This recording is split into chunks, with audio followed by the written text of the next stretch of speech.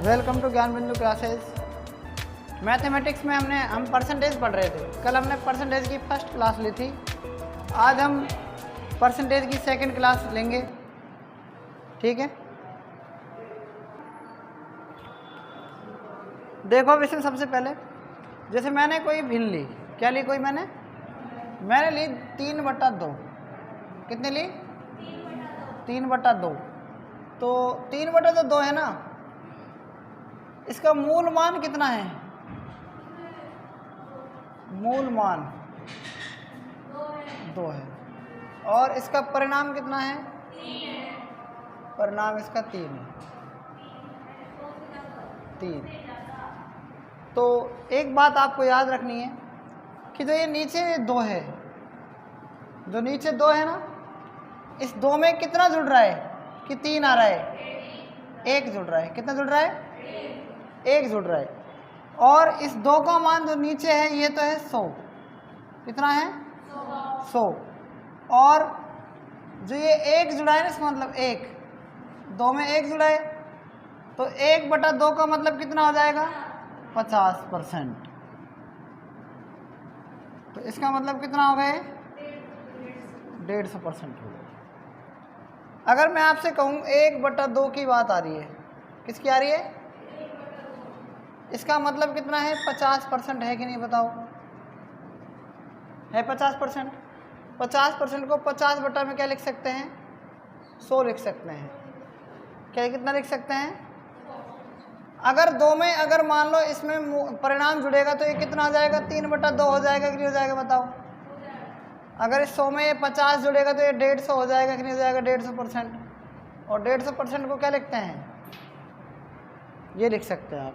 ठीक है, 50 दिया 150, 50 दूनी 100।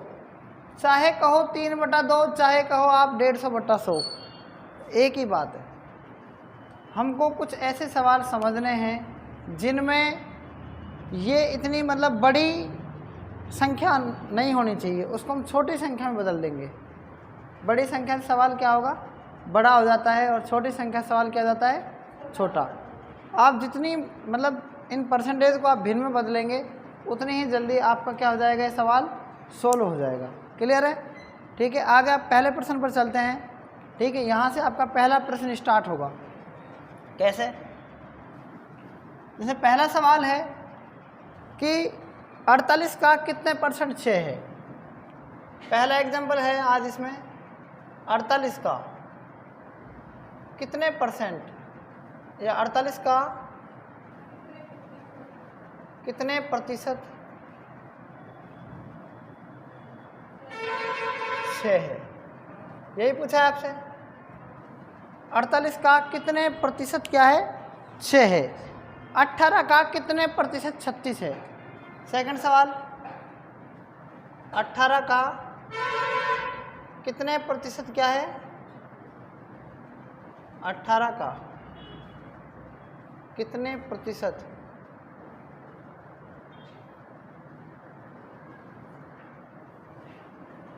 36 है। ये छोटे छोटे 2 सवाल है आपको जो मैंने दिए हैं। 48 का कितने % क्या है? 6 है। 18 का कितने % 36 है। छोटा सवाल है, देखो इसको एक बोल ध्यान से। 48 का कितने % 6 है, तो 48 नीचे आना चाहिए ऊपर आना चाहिए?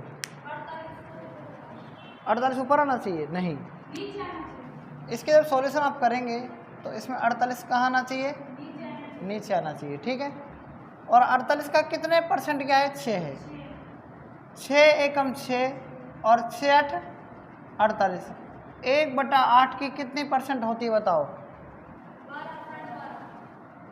आ गया? समझ में नहीं आया? बताओ डायरेक्ट आंसर। 1/8 की मैंने आपको % लिखवाई थी, नहीं लिखवाई थी? समझ में आया कि नहीं आया? ऐसी इसी प्रकार से इसका सॉल्यूशन। 18 का कितने % 36 है, तो 18 का कितने % 36 है? 36 कहाँ आना चाहिए? ऊपर। 18 का मैं 18 18 दूनी कितना जाएगा बताओ?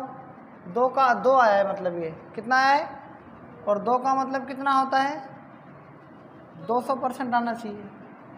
18 का कितने परसेंट क्या है 36 है, तो 200%। कितना परसेंट आएगा?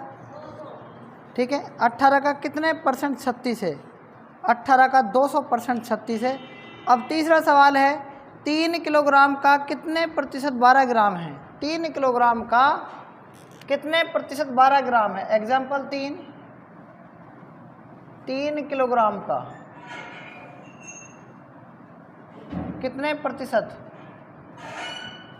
3 किलोग्राम का कितने प्रतिशत 12 ग्राम है?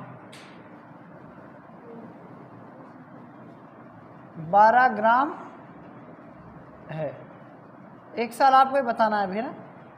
चौथा है 432 का 6 सही 2/3% कितना होगा? 432 का 6 सही 2/3% कितना होगा? तो तीसरा सवाल चलो मैं ही करा देता हूँ और चौथा भी मैं ही करा दूंगा। 3 किलोग्राम का कितने परसेंट 12 ग्राम है? तो मेरी बात ध्यान से सुनो। 3 किलोग्राम कहाँ आना चाहिए? नीचे। ये चीज़ किलोग्राम में है और ऊपर क्या है? कितने परसेंट 12 ग्राम है? ऊपर क्या है? 12 ग्राम। एक बात आपको समझनी है कि इसके सॉल्यूशन के लिए आपको क्या करना होगा? इस किलोग्राम को किस में बदलेंगे? ग्राम में। तो 1 किलोग्राम में 1000 ग्राम होते हैं, तो 3000 ग्राम हो गए ना। ऊपर कितना है? 12 ग्राम है। दोनों ग्राम में बदल गए। किससे काट सकते हैं? 3 से। 3 चौक 12, 3 एकम 3 0। कितना आ गए? 4 बटा कितना आ गया? फिर से काट दो। 2 दूनी 4, 2 पन 10 और यह आ जाएगा 500। फिर से काट दो। 2 एकम 2, 2 दूनी 4, 2 पन 10। अब इसके परसेंटेज के लिए बताओ आप क्या होगा? हम इसको डायरेक्ट 100 से गुना कर देंगे परसेंटेज में बदलने के लिए। कितना जाएगा? 5 दूनी 10 और 5 25, मतलब 2 बटा लगभग कितना आ गया? 5% आ गया। कितना आ गया? 2/5%। ठीक है। और इसमें आप और बताओ चौथा सवाल क्या आएगा? चौथे सवाल में क्या आएगा? 2/5 का वैसे अगर मतलब पूछे तो क्या होगा? देखो इसमें क्या होगा सॉल्यूशन में? 432 का मतलब गुणा 6 सही 2/3% कितना होगा?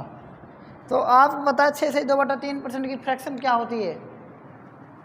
जल्दी से बताओ कितनी होती है? 6 सही 2/3% की भिन्न क्या होती है? 1/15 होती है। और 1/15 आप डायरेक्ट लिखेंगे अगर आपको याद है तो। 15 एकम 15, 15 दूनी 30, कितना बचा? 13। और 15 8 120 होता है, बचा 12। पॉइंट लगाए 0।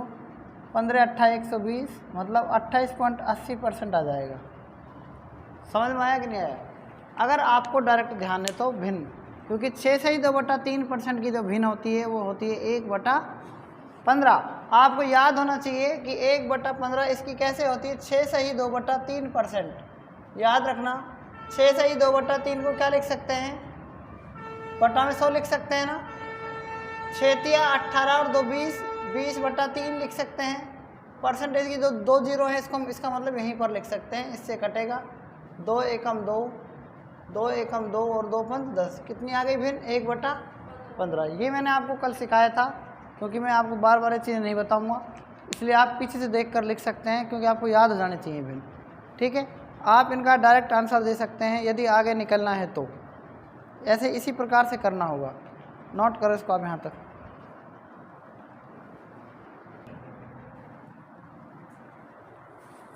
हमने 4 सवालों तक पढ़ लिए थे, अब हमारा 5वां सवाल है। ठीक है। 5 सवाल में पढ़ो। एक व्यक्ति अपनी मासिक आय का 12% बचत करता है। यदि उसका मासिक खर्च 19,360 रुपये है तो उसकी मासिक आय कितनी होगी? समझ में आ गया ना सवाल? एक व्यक्ति अपनी मासिक आय का कितना परसेंट खर्च कर रहा है? सबसे पहले 12% की आप भिन्न निकाल लेंगे। कितनी होती है बताओ? हाँ जल्दी से बताओ कितना होगा? 8 सही 1/3 होगी कि नहीं होगी?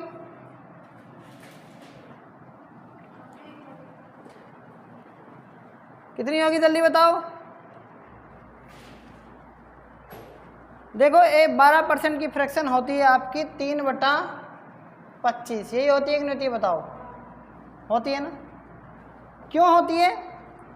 क्योंकि हमने 1/25 की सीखी, कितनी होती है 4%, तो 3 की मतलब कितनी होगी 12% हो गई कि नहीं होगी। सिंपल सी बात है भाई, 1/25 की 4% होती है ना, तो 12% 1 किसकी 3/25 की होगी कि नहीं होगी, ये बताओ आप जल्दी बताओ। समझ में आ गया? मतलब इसका मतलब ये है कि आप इसको कह सकते हैं कि 25 रुपये उसकी आय है। 25 रुपये क्या है इसकी, और 12% बचत करता है। 12% का मतलब ये 3। समझ में आ रही है मेरी बात? नहीं आ रही है? 3 की क्या कर रहा है ये, बचत करता है। जब 25 रुपये आय है, 3 की बचत करता है, तो खर्च कितना बचेगा बताओ। खर्च 22 रुपये बचेगा कि नहीं बचेगा बताओ। बताओ बचेगा ना। हमेशा मैंने आपको पहले भी बताया था कि जब आय होती है हमेशा इनकम आपकी बचत और खर्च का दोनों का योग होता है, बताया था ना आपको मैंने। तो जो खर्च है वो 22 बचा, कितना बचा 22, और 22 पर खर्च दे कितना रखा है 19,360 रुपये। ठीक है, आप इसको काट दो, 11 दूनी 22, 11 एकम 11, 7 8 बचेगा, 11 7 77, 3 बचा 6 हो गया, 11 6 66 जीरो। फिर से काटो, 2 एकम 2, 2 8 16, 1 2 8 16 और जीरो। आपको तब तक काटते जाना है जब तक 1 रुपये का मान 880 नहीं आ जाए। पूछा क्या है, मासिक आय। मासिक आय कितनी है बताओ, 25 है कि नहीं है। 25 से डायरेक्ट गुणा कर देंगे, 25 0 0, 25 8 200 को जीरो हासिल 20, 25 8 200 और 220 कितने आ जाएंगे 22,000 रुपये उसकी क्या है इनकम है, मतलब उसकी महीने की सैलरी है। आप ऐसे समझे तो बहुत बढ़िया, नहीं समझे तो मैं आपको और तरीका बता रहा हूँ। 12% का मतलब होता है 12/100। बताओ होता है कि नहीं होता है? अगर कोई आदमी 100 रुपये कमाता है, उसमें आप इनकम इसकी 100 रुपये है और 12 क्या है इसका खर्चा है, तो ये बताओ बचत है, ये 12 खर्चा नहीं है। 12 बचत है तो इसकी जो खर्चा है वो कितना बचेगा बताओ, 88 बचेगा कि नहीं बचेगा? बचेगा ना, है ना। बस कुछ नहीं है, थोड़ा सा आपको समझाना था, बाकी कटेगा एक संख्या से। 4 तिया 12, 4 दूनी 8, 4 5 20, 4 दूनी 8, 4 दूनी 8, 3 25 और 22 आ गए कि नहीं आ गए बताओ? आ गए ना। बस इतना हमने आपको समझाया था कि अगर आप कह लो कि आपके 100 में से 12 नंबर आए, मतलब 100 मतलब 12% को 12/100 लिख सकते हैं। आप कह सकते हैं कि 100 में से 12 नंबर आए, ठीक है। या आप कह सकते हैं 4 तिया 12, 4 दूनी 8, 4 5 20, 25 में से 3 आए। मैंने आपको ये बात कल बताई थी। एक ही बात है, हम सीख चुके हैं कि 12% का फ्रैक्शन का तो नहीं पता, 4% का तो पता है। कितनी होती है 1/25 होती है, तो 12 की कितनी होगी 3/25। 25 जब इनकम है, 3 की बचत है, तो खर्चा तो ऑटोमेटिक निकल जाएगा, घटा लो इसमें से 22 पर खर्चा कितना दे रखा है 19,300। उसका यदि उसका मासिक खर्च इतना है तो 1 रुपये पर निकालना है कितना होगा, और जब 1 रुपये पर निकालने के बाद क्या करेंगे 25 से गुना कर देंगे। इनकम पूछे तो 25 से गुना, बचत पूछे तो 3 से गुना, खर्च पूछे तो 22 से गुना। बताओ समझ में आया कि नहीं आया? अब देखो आगे दूसरा सवाल, नेक्स्ट छठा सवाल। इसका सॉल्यूशन क्या है देखो, पहले सवाल को पढ़ना सीखो। एक मेज के अंकित मूल्य में 8% की कटौती करने पर क्या कर रहा है, कटौती करने पर इसका मूल्य 4600 रुपये है, तो इसका अंकित मूल्य क्या होगा? बात आ रही समझ में? एक बात आप ध्यान देनी है आपको कि एक मेज के अंकित मूल्य में, एक मेज के अंकित मूल्य में 8% की कटौती करने पर इसका मूल्य 4600 रुपये हो जाता है। मेरे पास 100 रुपये हैं, कितने रुपये हैं 100 रुपये हैं, और इसमें से 8% किसने कटौती कर दी, बचे कितने?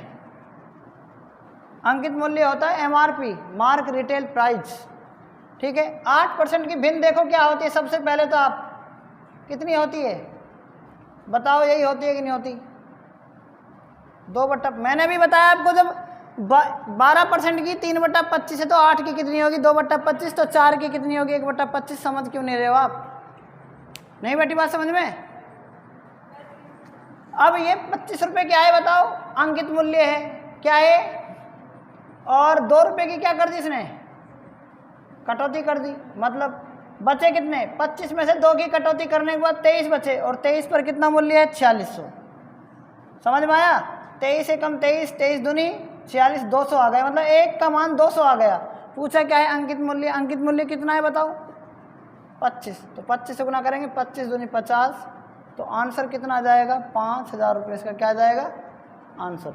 समझ में आया कि नहीं आया बताओ, पक्का आ गया समझ में? नोट कर लो तो इसको।